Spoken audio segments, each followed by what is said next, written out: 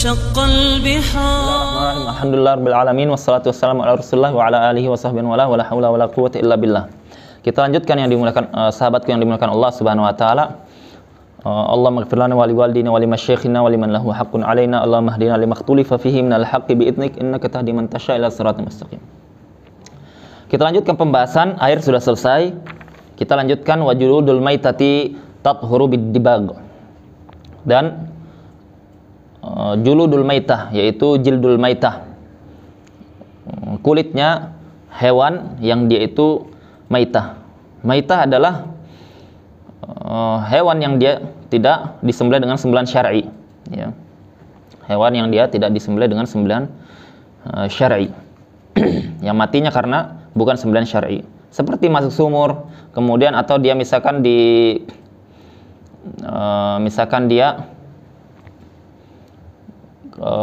terjerat mati, ya, ditabrak mati, maka itu namanya maitah. Tathuru bid-dibag, dia suci dengan dibag. Dibag itu disamak. Illa jildal kalb wal khinzir, kecuali kulit dari anjing atau babi. Wa ma tawallada minhuma, atau yang dia turunan dari keduanya, au min ahadihima, atau turunan dari salah satunya. Ma'a hayawan tahir, bersama dengan hewan suci, ya. Yang maksudnya adalah ada hewan yang dia itu hewannya ini antara kambing dengan babi, kambing dengan anjing. Itu kalau misalkan ada seperti itu, maka dia sama kulitnya berlaku hukum babi dan anjing, tidak boleh digunakan meskipun dia sudah disamak. Ya, ini pembahasan gambaran masalahnya adalah ini ada hewan. Hewan kalau dia sudah sembelih syar'i, maka dia itu boleh dimanfaatkan semuanya, dagingnya, tulangnya, ya, dagingnya, tulangnya, ya, bukan yang najisnya. Yang najisnya seperti kotorannya itu tidak. Termasuk yang bisa dimanfaatkan jeroannya itu karena dia ada bekas najasah, kita harus siram dulu, ya, kita harus bersihkan dengan air mutlak, dengan air yang mengalir. Maka kita katakan termasuk jildul maitah, termasuk jilidnya, ya, termasuk kulitnya, kulit dari hewan tersebut, kambing yang sudah disembelih syar'i, ya, bisa kita manfaatkan, ya, bisa kita manfaatkan. Tetapi ya, karena dia tahir, ya, suci. Tetapi kalau dia maitah, ya, ada kambing tabrak, tidak bisa kita makan karena ada maitah. Maitah itu yang tidak disembelih dengan sembelihan syar'i, tidak disembelih dengan sembelihan syar'i. Sembelihan syar'i itu intinya dia harus disembelih dengan benda yang tajam, yang dia memutus dua jalur nafas dan makanan, ya.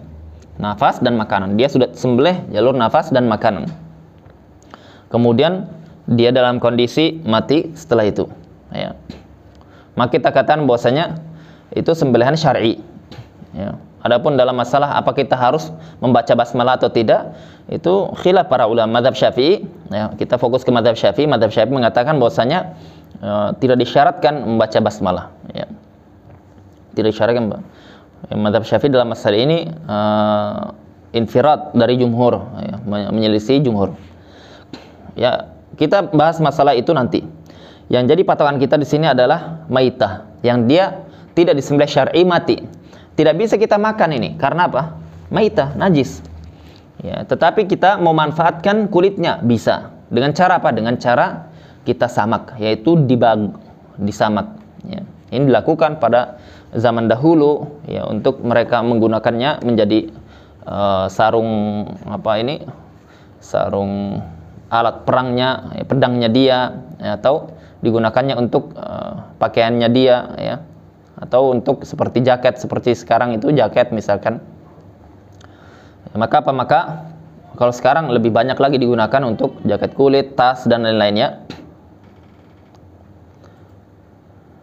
Maka di sini kita katakan, ya, bisa kita gunakan tersebut dengan cara disamak, karena dia statusnya ini jildul maitah, dia semuanya najis, semuanya termasuk jildul, termasuk kulitnya ini najis. Caranya dengan apa? Dengan zarak hamam. Biasanya mereka disebutkan di kitab-kitab fikih itu menggunakan kotorannya burung merpati, ya, kotorannya burung merpati, atau ada yang menyebutkan bahwa saya menggunakan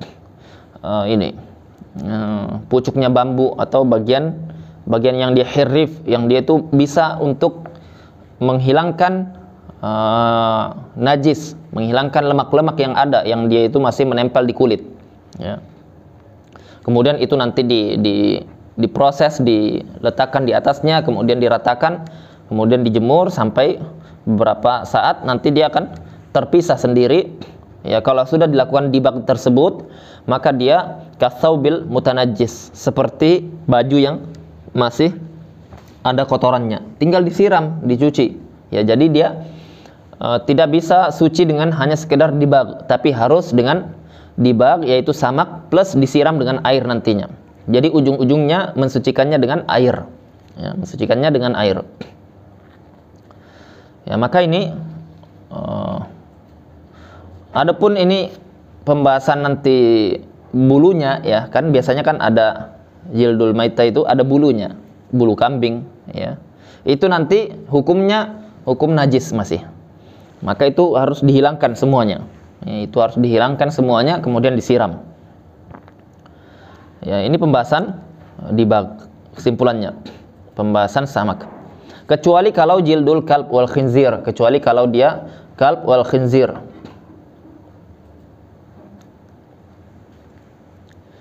Itu anjing dengan babi tidak bisa, ya, karena dia itu sudah dari awal najis, ya, najis dzatiyah, najis dari awalnya, najis zatnya, bendanya, barangnya, hewannya ini najis semuanya, dari ujung ke ujung, ya, dari kepala sampai kakinya najis semuanya, ya, dihukumi najis, ya.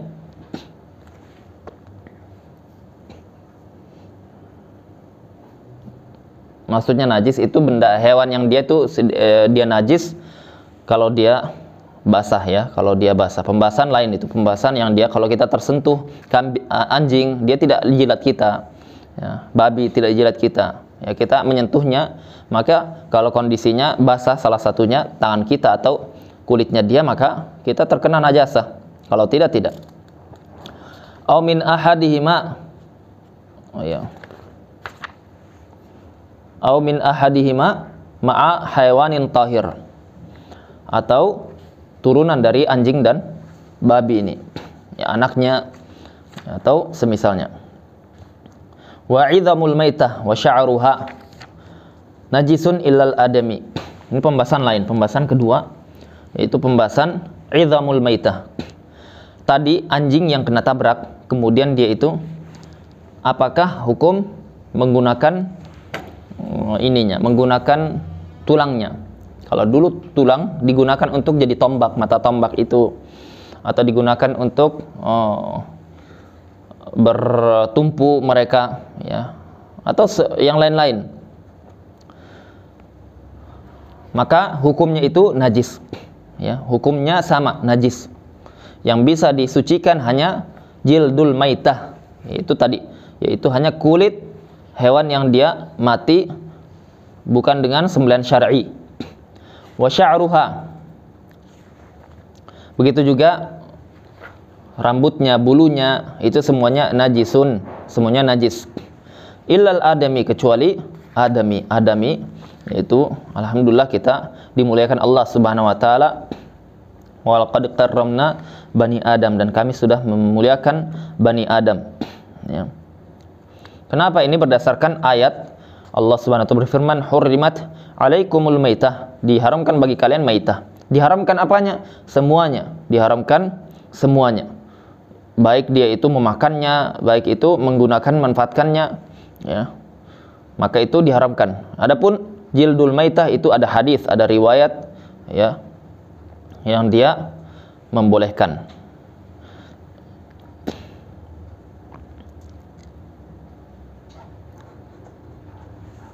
Wal juz'ul munfasilu minal hayyi kamaitati dzalikal hayy in kana tahiran fa tahir wa in kana najisun fa najis.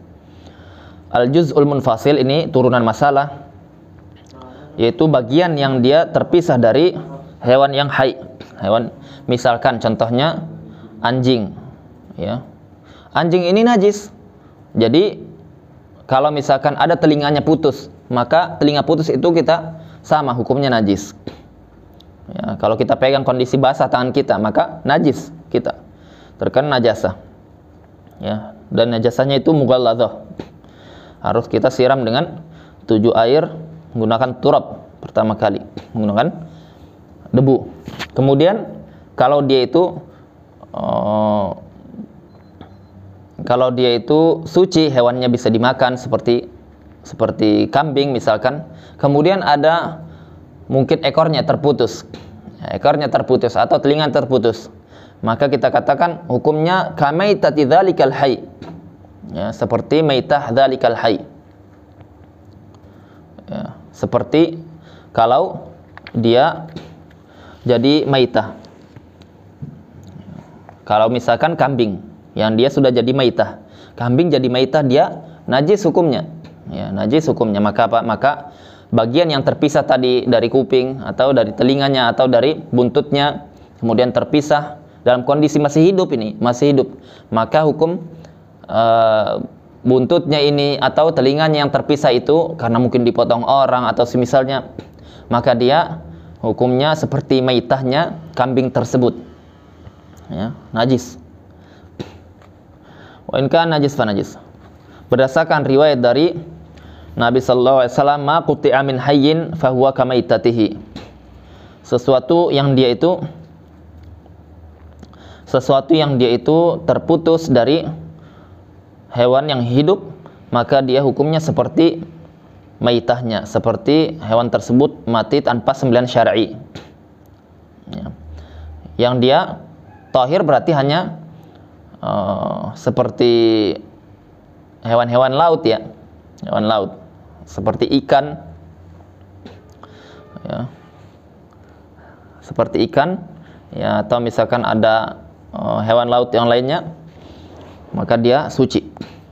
Atau jarat, yaitu belalang, itu karena maitahnya itu adalah suci, maka dihukumi bagian yang berpisah dari hewan tersebut ketika hidupnya juga suci. Itu kesimpulan, ya. Kemudian ini masuk pembahasan lain, fi isti'mal al-awani.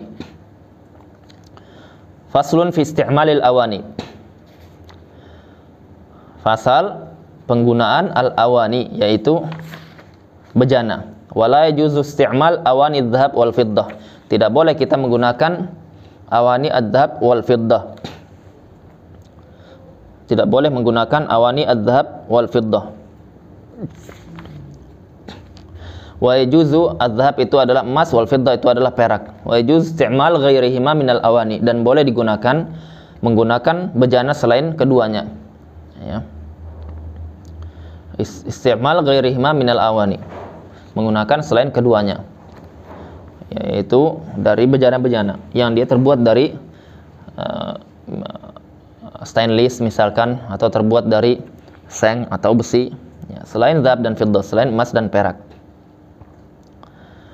Isti'mal awani dhahab wal fiddah itu lahu halatan, menggunakan dhahab dan fiddah, menggunakan bejana yang terbuat dari emas dan perak, itu ada dua keadaan. Yang pertama, isti'maluha li ghairi darurah, menggunakannya tidak sebab darurat, ya. Darurah itu dia patokannya tidak bisa kita menggunakannya, tidak bisa kita berpaling darinya, tidak bisa kita menggunakan selainnya, yang dia digunakan untuk menyelamatkan nyawa, ya, digunakan untuk qiyamu dinihil Islam, untuk menegakkan agamanya, ya, misalkan dia digunakan untuk menggunakan untuk bisa salat, ya, agar dia itu bisa salat, ya. Itu diantara perkara darurah, ya. Kita bukan pembahasan masalah menggunakan dhahab dan fiddah ini, menggunakan emas dan perak ini bukan maksudnya dia digunakan untuk sholat, bukan itu. Tetapi maksudnya keadaan darurah. Ini kita ingin menjelaskan kapan keadaan darurah itu. Keadaan darurah itu dia digunakan untuk perkara-perkara yang mengharuskan dia, seperti dia qiyamus shalah, mendirikan salat, itu perkara darurah. Nah, dalam bab kita berarti darurah ini seperti misalkan dia tidak bisa, ya, dia tidak bisa untuk diobati, disuntik misalkan, tidak bisa diobati, disuntik kecuali menggunakan jarum yang terbuat dari perak atau emas. Nah, itu contohnya darurah. Ya. Atau dia tidak bisa menggunakan tidak bisa makan dan minum kecuali dia pasang gigi yang terbuat dari zahab atau fiddah. Nah, itu contoh darurah. Maka ada dua keadaan, darurah, ya, dan tidak karena darurah, ya, darurat dan tidak karena darurat. Karena yang pertama itu karena bukan selain darurat. Fi hadhil halah yahrumu isti'maluha mutlaqan. Kalau bukan darurat menggunakan zahab dan fiddah haram mutlak. Menggunakan zahab dan fiddah ini, emas dan perak ini haram mutlak. Mau pakainya banyak atau sedikit, ya, maka dia haram mutlak. Ya. Kemudian haram menggunakan bejana untuk makan atau minum. Itu berdasarkan riwayat dari Hudzaifah radhiyallahu an. Qala Rasul sallallahu alaihi wasallam la tashrabu fi aniyati dzahab wal fiddah. Dan kalian minum dari bejana yang dia terbuat dari emas dan perak. Wala ta'kulu fi sahafihima. Dan kalian makan dari piring keduanya. Fa innahuma lahum fid dunya wa lana fil akhirah. Karena keduanya itu emas dan perak untuk mereka orang-orang kufar, ya, di dunia. Tetapi untuk kita nanti di akhirat. Karena nanti kita di akhirat, orang-orang yang mukmin masuk surga, dia akan merasakan nikmatnya menggunakan itu semua di surga nanti. Ya. Kemudian yang kedua adalah menggunakannya tidak sebab, yaitu menggunakannya karena sebab darurah. Karena sebab darurah. Seperti menggunakannya karena tadi kita ingin menggunakannya karena adanya hajah kedokteran, kesehatan, ya. Dia tidak bisa misalkan kecuali dengan minum pakai bejana emas atau perak. Karena apa? Karena dia punya alergi yang menyebabkan dia makin parah penyakitnya, atau dia harus disuntik dengan menggunakan jarum dari emas atau perak. Maka ini boleh digunakan karena darurat itu membolehkan sesuatu yang diharamkan. Kaidahnya mengatakan bahwasanya ad-daruratu tubihul mahdzurat. Tetapi kalau sudah hilang darurat tersebut, maka tidak boleh lagi dia menggunakannya. Karena apa? Ad-darurah tuqaddaru biqadariha. Sesuatu yang digunakan dibolehkan karena darurat, maka dia dibolehkan penggunaannya sesuai dengan kadar yang dibutuhkan, ya. Maka ini kesimpulan dari pembahasan kita ini, ya. Dan dibolehkan menggunakan selain keduanya dalam masalah ini, yaitu menggunakan selain, meskipun lebih mahal kata para ulama. Dia menggunakan yakut, menggunakan marjan, menggunakan yang lain-lain, ya, mutiara, ya, dibolehkan. Itu mereka tidak melakukan kias dalam masalah ini. Mazhab Syafi'i tidak melakukan kias dalam masalah ini. Kenapa? Karena mereka melihat kepada illah, alasannya diharamkan karena itu yankasir fihi qulubul fuqara, membuat orang fakir itu menjadi sedih hatinya, ya, menjadi tersiksa mereka dengan orang kaya seperti ini, ya. Kami makan minum dalam kondisi susah, dia makan minum dalam kondisi mudah menggunakan emas perak lagi, ya. Di mana emas dan perak ini diketahui kebanyakan kaum muslimin, kebanyakan fuqara, orang-orang miskin dari kalangan kaum muslimin. Berbeda dengan permata-permata lain atau benda-benda lain yang dia itu sifatnya bernilai tinggi juga, yang mereka tidak mengetahui itu nilai tinggi, ya, tidak mengetahui, atau sebagian mereka atau kebanyakan mereka tidak mengetahuinya. Maka mereka tidak menggunakan qiyas dalam masalah ini, ya. Qiyas itu metode analogi dalam pendalilan yang tidak ada dalilnya, diikut sertakan kepada perkara yang ada dalilnya karena sebab yang sama, sebab hukum yang sama, ya. Kemudian masuk pembahasan baru, yaitu pembahasan siwak. Kita cukupkan sampai di sini. Subhanakallahumma wa bihamdika asyhadu an la ilaha illa anta astaghfiruka wa atubu ilaik. Assalamualaikum warahmatullahi wabarakatuh.